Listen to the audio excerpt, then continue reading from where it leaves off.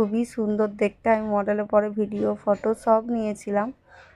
আর ওদিক থেকে আমার অসুবিধা হচ্ছিলো বলে আমি ম্যামের সামনে চলে এসেছি, একদম সামনে চলে এসেছি, দেখতেই পাচ্ছ।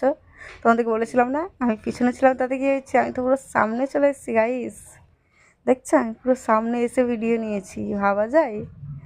এই এডিট করছি, এডিটগুলো না করলে আমার ভিডিওগুলো মানে ফোনটা প্রচুর পরিমাণে হ্যাং করছিল। দেখছো মডেলটা সেই সুন্দর দেখতে, আর মডেল আমার ব্লাউজটা বেশি পছন্দ হয়েছে গাইস, কালারফুল। আর ইনি না সামনে এসে ঢুকে গেছে, এটা ময়ূর ম্যামেরই স্টাফ ছিল, তো সেই কারণে আমি আর কিছু বলতে পারিনি। তো আমি ভিডিও ফটো নিয়ে নিয়েছিলাম, ম্যামকে বললাম ম্যাম একটু তাকান, তো ম্যাম তাকিয়েও ছিল। আর এই দেখো এটা একটা পারফিউম, বুঝেছো, এটা একটা পারফিউম জুতো টাইপসের, দারুণ লাগলো দেখতে।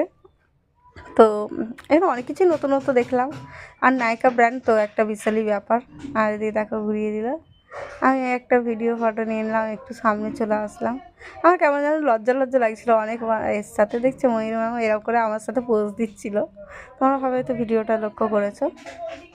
আর দেখো কত ভিড়, সব ফটো তোলাতে ব্যস্ত গাইস। আমিও কিন্তু ফটো নিয়েছি, আমিও ছাড়ার বান্দা নয়, আমিও ময়ূর ম্যামের সাথে ফটো নিয়েছি। তোমরা থাম্বনেলে দেখতে পাবে আমি ময়ূর ম্যামের সাথে ফটো নিয়েছি, থাম্বনেল দেখলেই বুঝতে পারবে। তো চলো আজকের ভিডিও আমি আর বেশি কিছু বলতে চাই না। তোমাদের যদি ভালো লাগে অবশ্যই কমেন্ট করবে, লাইক করবে, শেয়ার করবে আর জানাবে। আর আজকে আমার আউটফিটটা কেমন ছিল তোমরা সেটাও জানাবে।